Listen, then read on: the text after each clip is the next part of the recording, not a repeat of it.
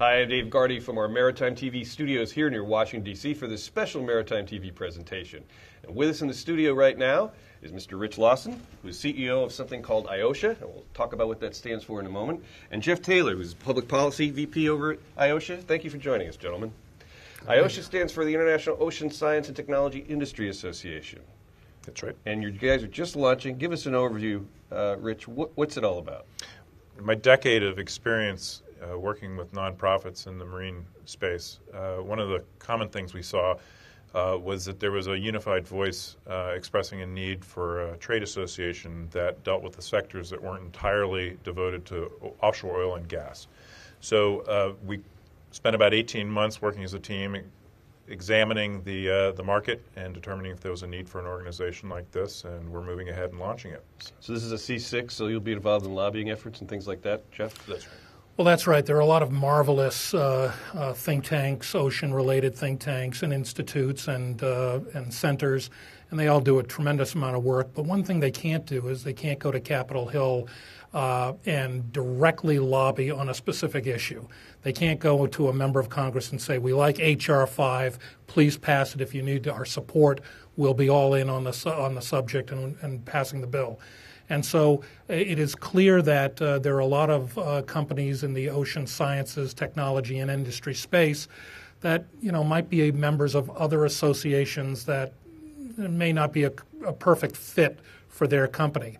We expect to be that perfect fit. We expect to be the industry organization that can go to Capitol Hill and the regulatory agencies and speak directly to their point of view on all of these subjects. Gotcha. Rich, give us some perspective of some of the activities that the organization will be involved with. Well, we see the organization really working on two fronts. One is advancing business opportunities for the members, so we really have that 100% focus on not only creating a favorable business environment through legislative and advocacy efforts, but also by really sort of tangible, where the rubber hits the road kind of business opportunities. So whether it's a program to create networking opportunities, to present VC opportunities for funding new technologies, or those types of solutions is really what the organization is focused on. What kind of events are you guys planning to build the membership around? Well, one of the strong things that I've always heard was that there were too many events in the space anyway. It was really flooded with events and conferences and trade shows. So we don't plan to offer any trade shows, at least at this point, to introduce to the market. We plan to leverage existing trade shows with additional topical focused activities at those shows. I see. How about from the government relations side? Well, in terms of events, we're going to certainly focus on technology opportunities up on Capitol Hill, where there are hearings on issues important to us. Our companies will have a voice up there. We may even have companies come in and do specific fairs where they can show their technologies to members of Congress. So we want to be very, very active up on Capitol Hill, but of course there are regulatory agencies like at the Department of Energy or NOAA or NASA, where we're going to bring those technologies to those agencies as well, so that they are always up to speed on the cutting edge in the areas of ocean science, technology, and energy. Now, in the terms of the target membership for this, are you going after one size company or a full spectrum of sizes? No, it's a full spectrum of organizations that I think will have interest in this organization. They range from one-man consultancies all the way up to major international corporations. I see, and it's international in nature too. That's something we should stress. Absolutely, yeah. Excellent. So, when are you guys going to be launching? Right after Labor Day.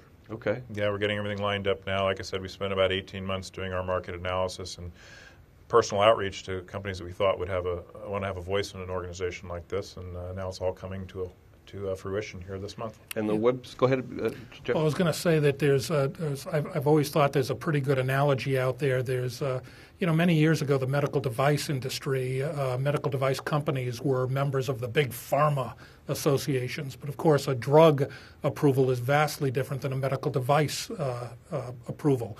And so the medical device people got smart, and they spun off and they started their own organization called AdvaMed. And today, AdvaMed's one of the best industry associations out there.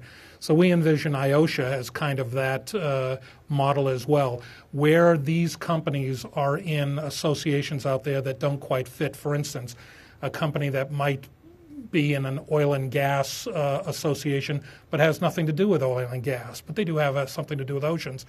Go and identify that company and say, listen, the grass is probably greener here. We're focused on more of your issues than maybe this bigger association. So, perhaps in the next 5 to 10 years, we can become the AdvaMed of the ocean science and energy industry. Excellent. Again, the organization is IOSTIA. That's IOSTIA.org is the website. Correct. We've been talking with Jeff Taylor, Head of Government Relations over there and Public Policy, and Rich Lawson, CEO. Gentlemen, thank you for joining us. Thank you, Dave. Thank you, sir. Great interview. Appreciate the time. Dave Gardy here from this special presentation for Maritime TV from our studios near Washington, D.C. Thank you for joining us.